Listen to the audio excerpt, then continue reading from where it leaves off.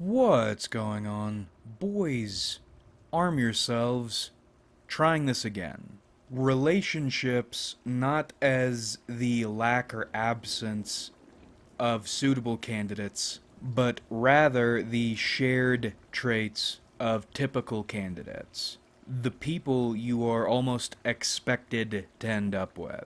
And while we are talking primarily today about women, because I am an unfortunately strictly heterosexual male, I think a lot of this applies to modern male relationship candidates also. Sickening, demoralizing, and while I have the demographic I do well with, what part of what I think drove me crazy in that scrapped segment is realizing it seems like you're just stuck with some of these things. The first one is being expected to play along. And playing along entails pretending to be somebody you aren't and allowing somebody else to pretend to be somebody they aren't. And I've always been under the impression the point of breaking off from the herd to figure each other out necessarily entails not playing along. But at least in my experience, that seems always to be the same. And that's frustrating for a few reasons. One, if you know people I know, then I probably don't want to be here in the first place. Because we're still connected to the herd at that point. Being real is risky, meaning this entire exercise is enforced falsehood. It's risky and frustrating and tiring. And then, two, you get people who are outside the herd and still want to play along. We don't have to play patty cake, so why are we wasting our time with it?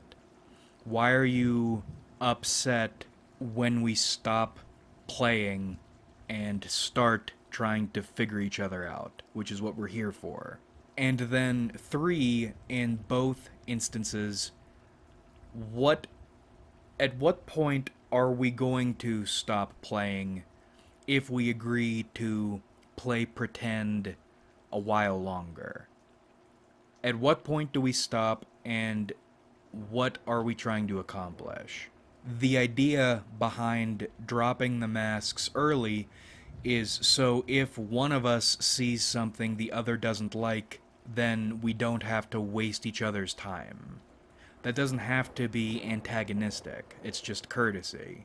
However, if we agree to wear those masks longer than we need to, then if we're going to drop the masks at some point, then we're going to run into those issues eventually if those issues are there.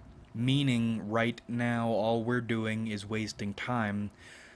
Or we could be operating under the idea we are never going to drop the masks, and I want nothing to do with that. You're never going to dispel every illusion, because we live in illusions, we are illusions, and even when you dispel illusions, new ones come in, and the ones you've dispelled somehow come back. But I'd like to try not to be puppeted by them. So when people, it's not just annoyance, it's two things. Two infections that if you let fester, I mean, preferably they wouldn't be present in the first place, but seems like you have to deal with them. But if you let them fester, they're going to doom your ability to connect with this person. Two damagers. One, pity, disgust, whatever you want to call it, creates a lack of respect. Watching someone try very hard to be something they aren't and are uncomfortable with no idea of who they actually are, and that they are pretending to be something they aren't. Watching someone squirm around in this identity issue is like watching someone salt your fields.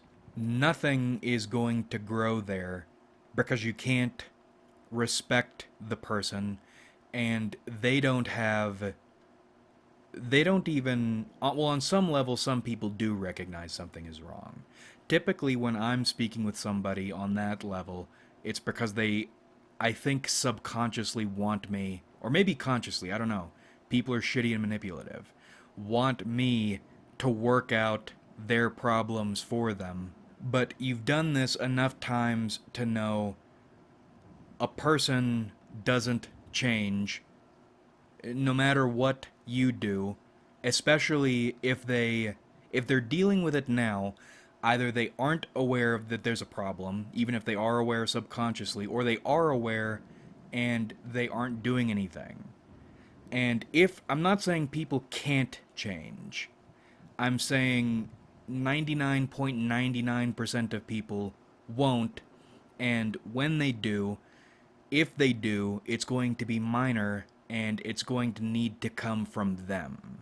What you're doing is, at this point, realizing you have driven up on a salted field and trying to decide when to drive off.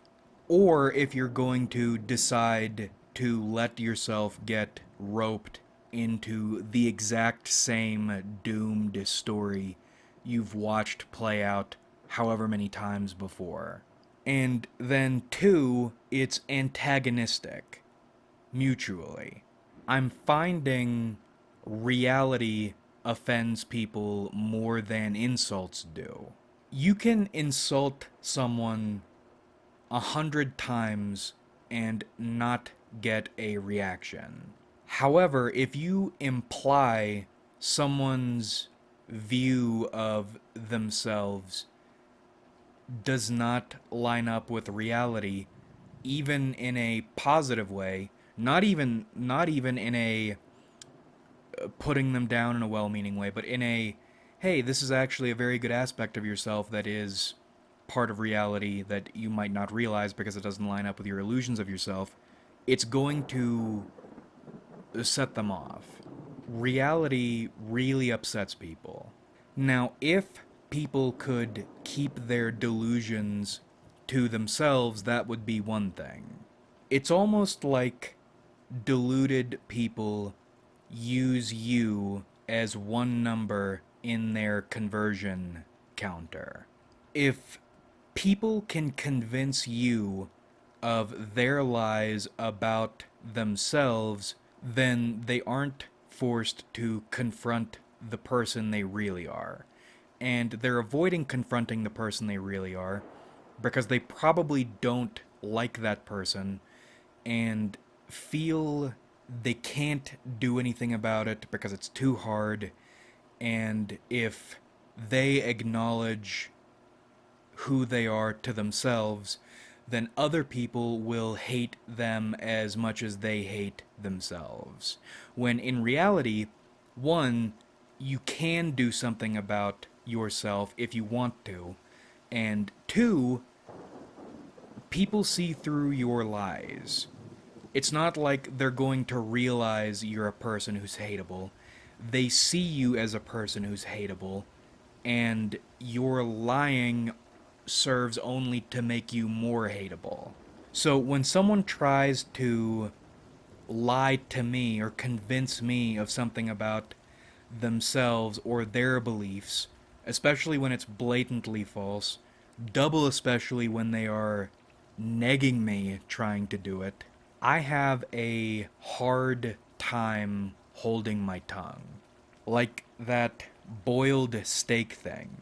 That took everything in my power not to say something, and I said nothing only because That's one of those instances we know the same people.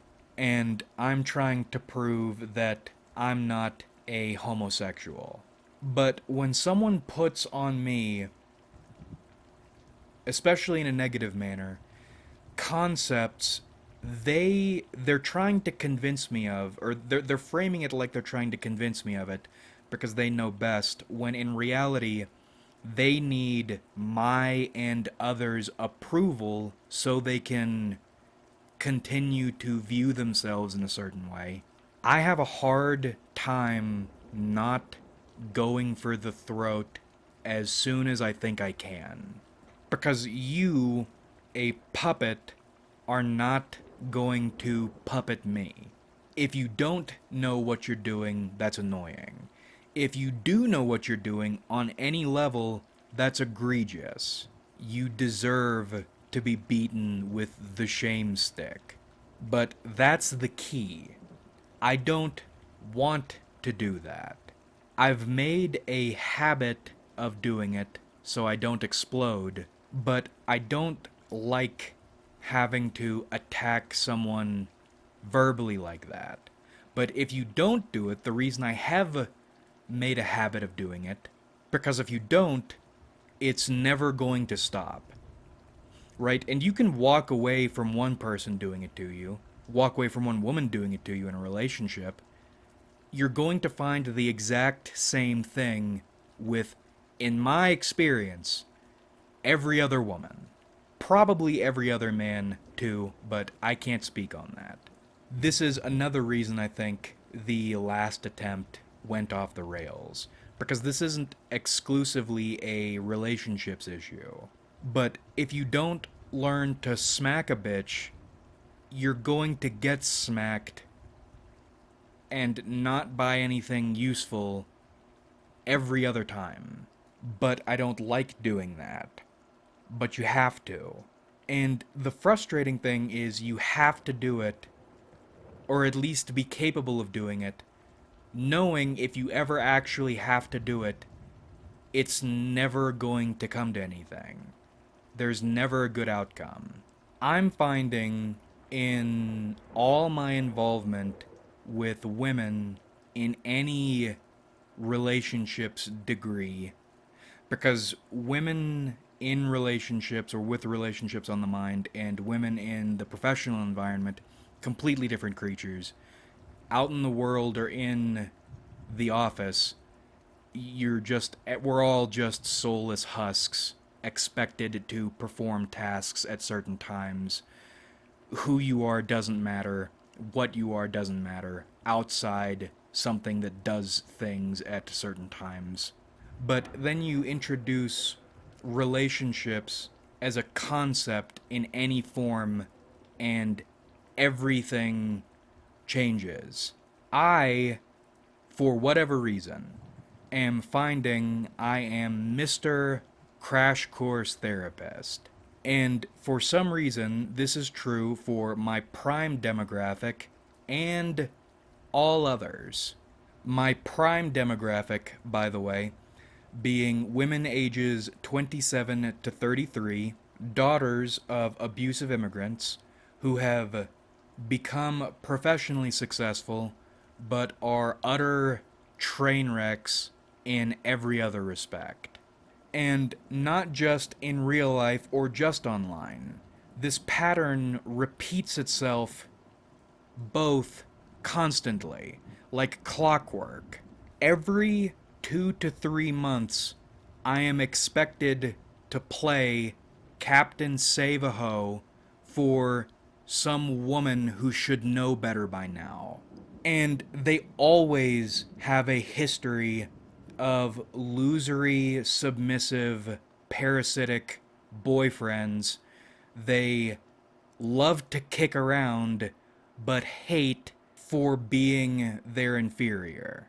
And the moment I start putting the pieces together, it's like hitting the ground running. I can do it blindfolded at this point. How are you going to process it when you realize you are being, to me, what this dude you hated was to you?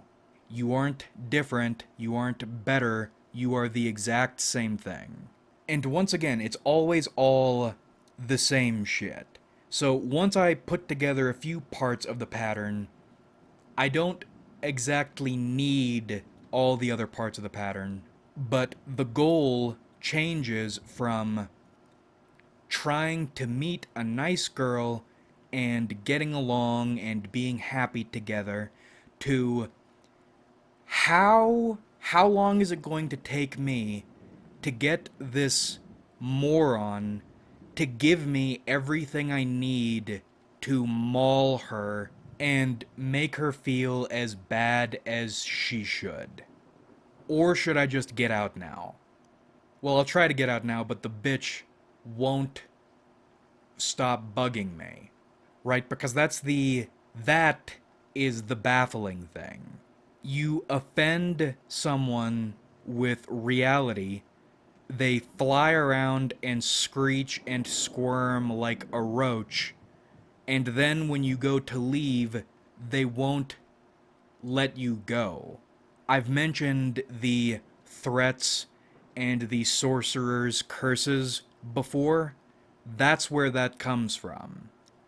You have to make a decision. Do you want to try to save a crumbling fantasy, your idea of yourself, or do you want to try to contend with a reality that is going to be a lot uglier, hurt a lot worse constantly? You can't do both. And this internal and external verbal squirming is embarrassing. Some part of you must recognize the lie you're living because it's failing, it's falling apart, and want to change, but that's not going to happen until you acknowledge the things you are now recognizing. That's the other thing that drives me crazy, is people who are capable of recognizing things but refuse to acknowledge them. If they weren't capable of recognizing them at all, that would be a different story. But the fact they can recognize them and choose not to acknowledge them, you know these things, but you're going to pretend to yourself you don't, and you're going to try to make me pretend with you that we both don't recognize things that are obvious, or we it's a mess. It's it's a frustrating, infuriating, embarrassing mess. And these loser bitches all do the exact same thing. The exact same thing. It's clockwork. Do you know what's really uncanny?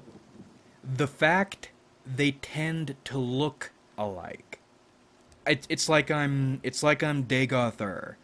I'm dealing with different incarnations of the same cunt to every 2 to 3 months. And the uncanny thing is seeing this spirit or this essence, whatever you want to call it, incarnating itself in younger women.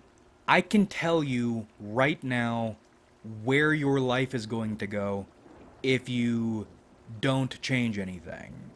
You have just discovered the lying to yourself build, and if you stick with it, my next incarnation is going to be dealing with you in 15 years. And you might be thinking, just play the therapist. But that accomplishes nothing. That might even be more antagonistic than mauling somebody soon. There's no benefit for anybody playing along like that. They are not going to change. What what you see day one is what you're still going to be seeing the day you decide to walk off. Always. All you're doing is giving them the time and resources they need to harm you when they feel justified in harming you when you walk off, because they're going to view your walking off as a betrayal. Except if you walked off on day one, they wouldn't have anything on you. Now they have everything on you. And on a base, disgusting level, the sexual component, there's you can't even enjoy that for two reasons. One, how can you respect a train wreck like this enough to dump a load in them? And two, how can you get hard knowing this thing is going to try to hurt you? Listening to your disgusting instincts in one of these situations, that's the worst thing you can do. That's a case at the minimum, and revolver fellatio at the worst, maybe at the best, if you have any sort of a spine, because that's what you'll need to do. Remember, it's not your convictions that follow you around, it's your charges that follow you around. You get charged with the wrong thing, it's over. But all that is part of the demoralization. Because lately I've been feeling like I'm on my biological clock. Waves of horniness. Out of nowhere. I'm having coffee one moment. I would throw my life away to blow a load the second. And my libido is normally very low. So for it to be activating out of nowhere, especially to that, holy shit, do I have a handle on this level, it's concerning. It's like the cum ghost is dropping in and asking me why I haven't found a suitable partner. Well, it's because they're all the same, and I'm not going to sully my time or my dick with one of these things. Your selection of partners boils down to women without souls. They'd probably have a hard time spelling. Well, they do have a hard time spelling. Or this weird, many-faced creature trying to get at you in different forms repeatedly, but is always the same and never learns anything. Now, Saint O'Neill's philosophy is to take, or would be to take something like that and mold that woman into your woman. But, and I think at this point, I'm beginning to think that's the way things are supposed to work, but it's disgusting that you would need to do that and that other people would want that done to them. And I think there are exceptions. Some very fire exceptions were coming from an Ethiopian woman I was speaking with a while ago. One of which being, even if there is on some level a biological urge to find a, quotes, strong man to take care of you and your children, you shouldn't be including yourself in that weak, defenseless children category. Is that what you view yourself as? There probably isn't a biological component to that. Now, maybe there is, but I don't. That's a really good counter that I hadn't thought of. So I hope there are exceptions, but that's something we've talked about a number of times before.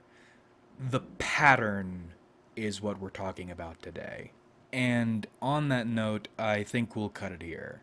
You're trapped in a procession of potential partners who could figure it out, figure themselves out, have it in them to be more, but they will not do it for themselves. They want you to do everything for them, and they're going to fight you when you try, and they're going to fight you when you stop. Love as an idea is beginning to feel like a decoy. Is this something you actually want but are actually struggling with? Is it something you have been ingrained to believe you want? Or is this like a your stomach actually controls your brain, except instead of your stomach it's a your balls, or it's your ball it's your balls colon a situation. And these questions issues lead into the larger question: why do I give a shit about illusions at all? If it would be better never to deal with reality, then one, why am I obsessed with trying to find the reality of things and developing myself into not a conflict oriented person, because I'm not there yet, even though if I could, I would like to be, but a conflict capable person to get that done.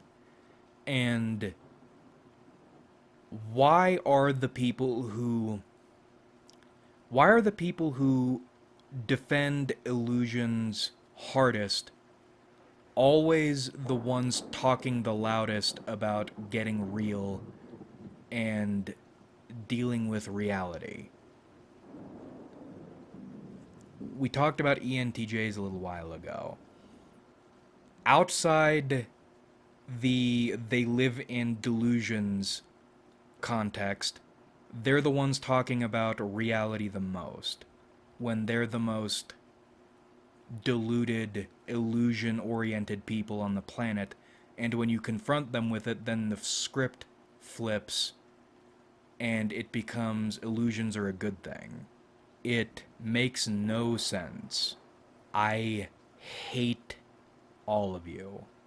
Like if you enjoyed, subscribe if you haven't.